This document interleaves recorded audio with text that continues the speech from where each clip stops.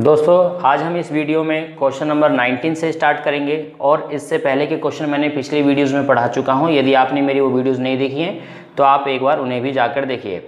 दोस्तों नमस्कार, मैं उदय आप सभी का आपके अपने यूट्यूब चैनल प्रोमिनेंट क्लासेस पर स्वागत करता हूँ।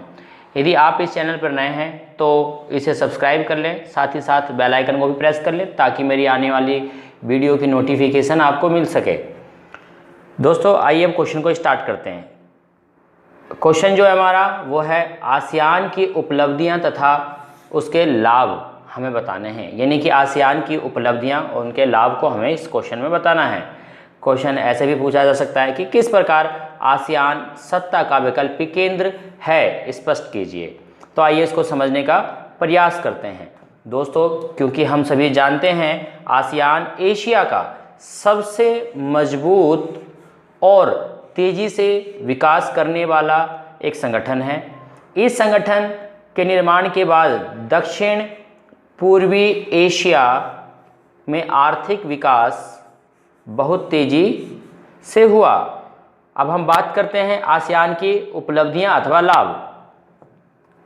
दोस्तों इसका आसियान का जो सबसे पहली उपलब्धि है वो ये है कि आसियान पूरे विश्व के सामने मेल मिलाप का नया उदाहरण उसने पेश किया है, जिससे आसियान काफ़ी लोकप्रिय हो गया है। आसियान की इस मेल मिलाप की शैली को आसियान शैली भी कहते हैं। इसको आसियान शैली भी कहते हैं।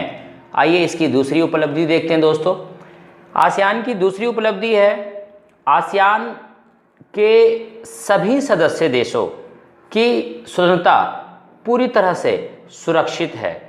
इसमें सम्मिलित सभी देश एक दूसरे की स्वतंत्रता का सम्मान करते हैं तथा एक दूसरे की प्रभुसत्ता का भी सम्मान करते हैं।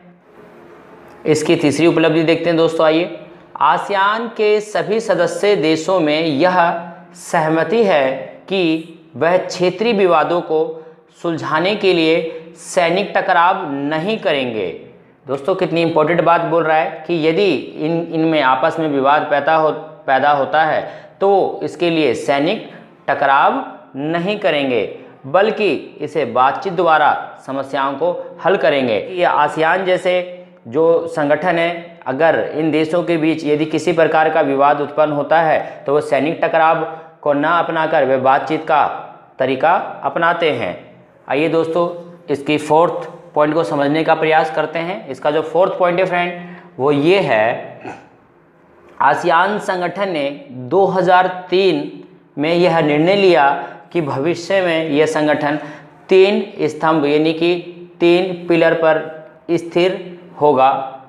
पहला आसियान सुरक्षा समुदाय, दूसरा आसियान आर्थिक समुदाय, तीसरा आसियान सामाजिक सांस्कृतिक समुदाय।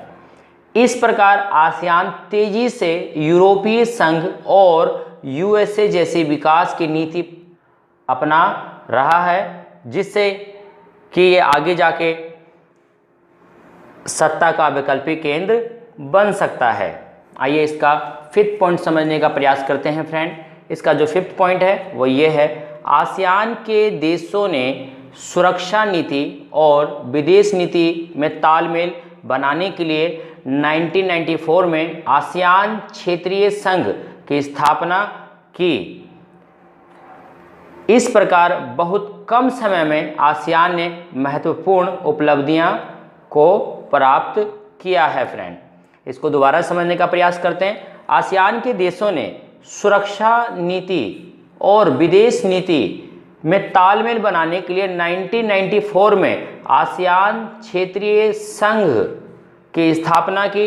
इस प्रकार बहुत कम समय में आसियान ने क्या करा दोस्तों, महत्वपूर्ण उपलब्धियों को प्राप्त किया।